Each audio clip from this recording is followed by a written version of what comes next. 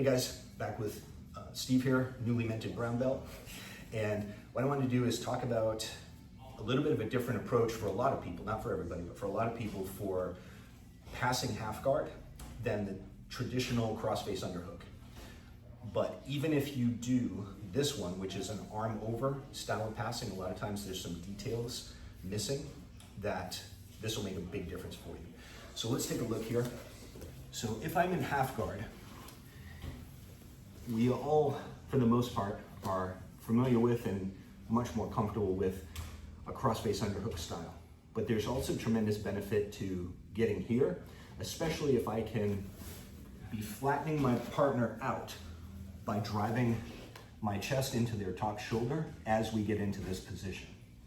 So from here, assuming they maintained an underhook and I haven't pummeled in for an underhook, a lot of times people do not feel secure here. And the reason why they don't feel secure here is because even though my elbow is on the far side of Steve's head, and it might make it difficult for him to get extension of his head and shoulders away, what he can do is he can use this underhook to start to get underneath me. So not only does he get on his side, but he can start to create exposure to my back and to get down underneath me to my legs. The other thing he can do is dig his arm underneath my leg and start to load me up into deep half guard and inversions and things like that. So this is where a lot of times people simply aren't comfortable with this, so they're always trying to look for that cross-face underhook, feel it's much more secure.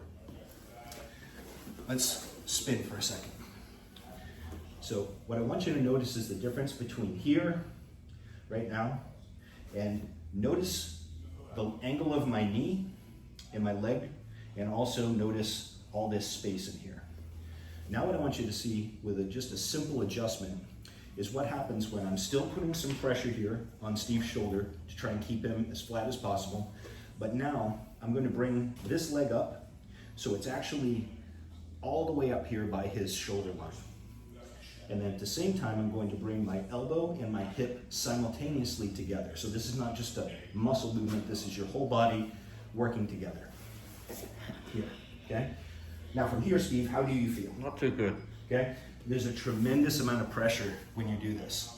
At the same time, notice how I'm on the ball of my foot, right? So from here, if Steve goes to bridge, yes, he can lift a little bit, but because I have my toe on the mat, he's not sliding me backwards, and I have enough of an angle here that he can't knock me up over his shoulder. The other thing I'm doing from here is I'm actually going to bring this leg along with me from here, okay? Now if you try to dive underneath, Steve, yeah, they're not gonna feel like they're able to do it. And just really quick, what I want you to look at from here, the effect, is how dexterous do you feel if you're in a bottom position and your body is kinked up like this. Okay, so notice he's not comfortably sitting here on his side like he's in a shrimp. He's flat, and his shoulder and knee is basically pinched together. Okay, when that's the case and you can do that without much physical effort on top, you can put somebody into that situation. They basically lose all their mobility. Now it becomes very easy to be able to start to free your knee and begin to pass. Second piece here is what if, because we get these questions too, what if I land someplace different than arm on the far side of the head and over my partner's shoulder? Well, this is my target if I want to pass the guard, because from here,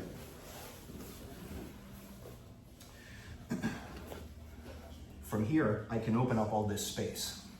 So here's where you can start to free your knee, and you can either start to work to pass them out or cut your knee in to the near side, especially if I pummel in, but it's not always necessary. Then from here, you can cut into the near side, just where you point your knee. But if you happen to land down below the shoulder, make sure you're still over the elbow. Because from here, the cool part is just by pinching your elbow in here, turn towards the legs, you can now put a lot of pressure right on your partner's diaphragm line. And the big tip here that I got from Henry Eakins many years ago is instead of just sitting here with your hip on the mat, we're actually looking to be able to load our hip. So my hip is actually up on my partner touching. My shoulders are down, and from here, I'm leaning forward a little bit, so if he goes to bridge, he doesn't take me over. Actually, it costs him a lot of energy to bridge because he feels like he's carrying a cement truck right on his sternum, right on his diaphragm. And now from here, this is a great opportunity to start to attack the arm or slide in for your underhook. Finally, what happens if you go to switch your arm over and their arms are high, so you wind up underneath their armpits, okay? So come in here like this. Now here's the problem. He can frame against my back, like doing a forklift frame, and now from here, as I'm trying to get up higher on his body, he's preventing me from doing that.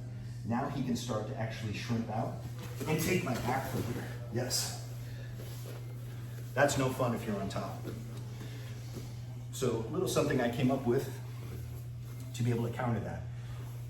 Assuming that he's got his forearms keeping me from coming up any higher, what I'm going to do from here is try and straighten my arm as much as possible, keep my elbow in tight.